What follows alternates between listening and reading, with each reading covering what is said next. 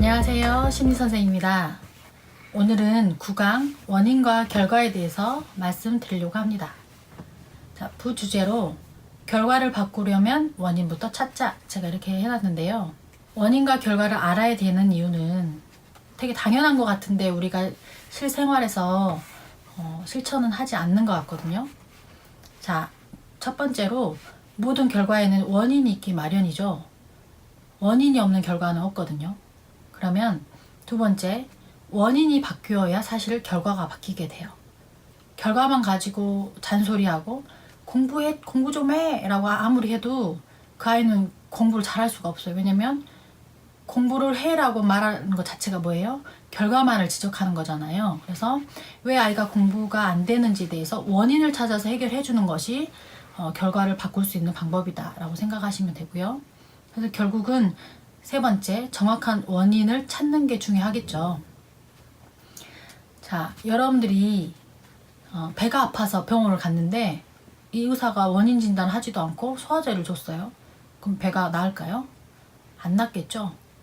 사실은 좀 더 정밀하게 진단을 해보니까 간 옆에 있는 담간에 결석이 생겨서 아픈 거였어요. 그러면 결석을 제거해야 여러분들의 그 통증이 사라지겠잖아요. 그런 것처럼 결과를 바꾼다는 건 사실은 원인을 찾는 것에서부터 시작된다고 보시면 됩니다. 그래서 의학계에서 이런 기사를 제가 봤는데 간만 있다고 생각할 때랑 간과 쓸개가 나눠져 있다고 이렇게 발견이 되고 나서부터는 그 치료 성공률이 확실히 달라졌다고 하더라고요. 배가 아프다라고 해서 배 전체를 수술할 필요는 없는 거 아니에요? 그죠? 어디가 어느 부분이 정확히 아픈지 그거를 찾아서 해결하면 되는 겁니다. 자, 그래서 원인과 결과를 모를 때 문제점은 뭐냐? 헛다리를 긁을 수가 있어요.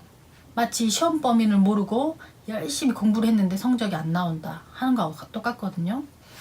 그러면 이 사람은 시간 들였죠, 돈 들였죠, 노력했죠, 고생했죠.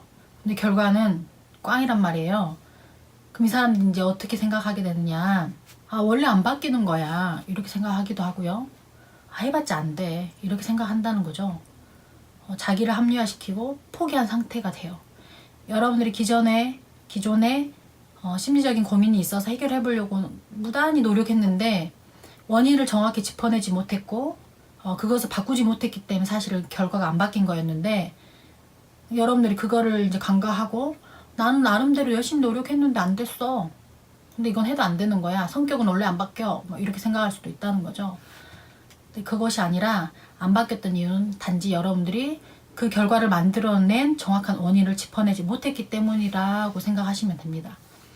자, 그래서 제가 원인을 정확히 짚는 것과 그렇지 않는 것의 차이를 한번 설명을 드려본다면 공부를 안 하는 아이도 못하는 아이도 성적이 안 좋겠잖아요.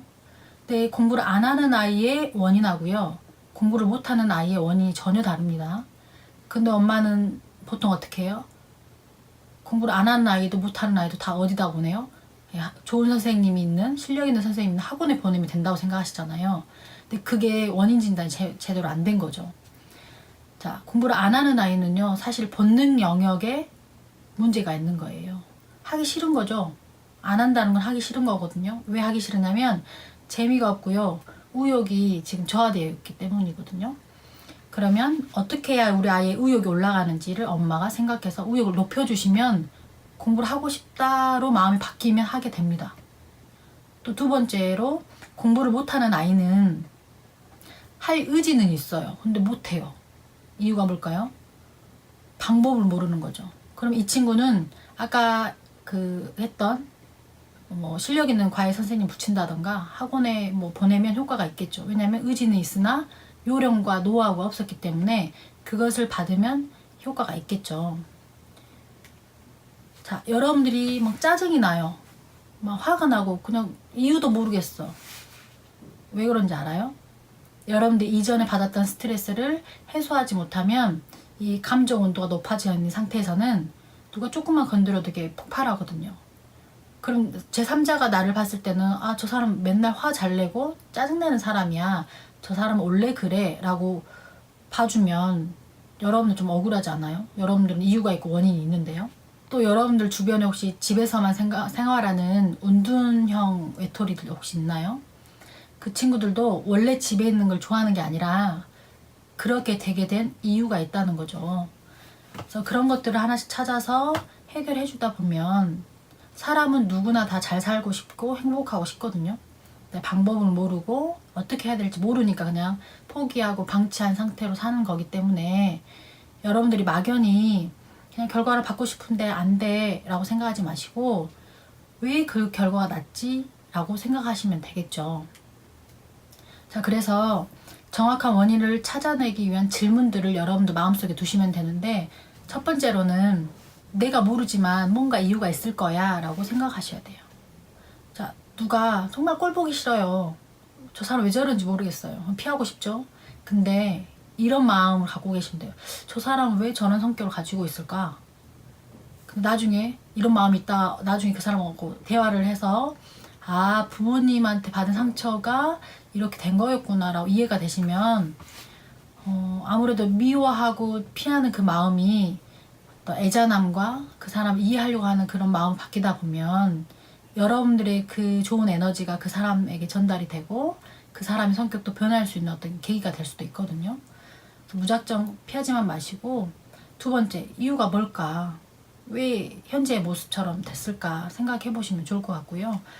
이제 세 번째는 방금 제가 말씀드린 그 상대방과 한번 대화를 해보는 거죠. 모든 사람에게는 사연이 있고 현재의 모습을 갖게 된 이유와 과정이 있는 건데, 그걸 우리들은 이제 보이는 면, 결과만 보고 판단하다 보니까 그 이면에 가지고 있던 그 과정들이나 원인에 대해서 생각하지 않다 보니까 그냥 좀 더 빠르게 평가해버리는 것 같아요. 그래서 이런 것들을 하려면 사실은 네 번째가 가장 중요한데, 원인은 보통 숨어있고 구체적으로 찝어내지 않으면 이게 드러나지 않기 때문에 여러분들이 이런 심리적인 공부나 또 원인과 결과에 대한 그 인과관계에 관한 이야기들을 여러분들 좀 공부를 하시면 좀 더 빠르게 찾을 수 있지 않을까 싶습니다. 그래서 아는 만큼만 보여요, 사실은. 여러분들이 배는 아파서 병원에 가지만 원인은 찾을 수 없어요. 왜냐면 모르니까요. 그 원인은 누가 찾아내냐면 그 배가 아픈 증상을 찾아낼 수 있는 그 의학 지식이 있는 의사가 찾는 거거든요.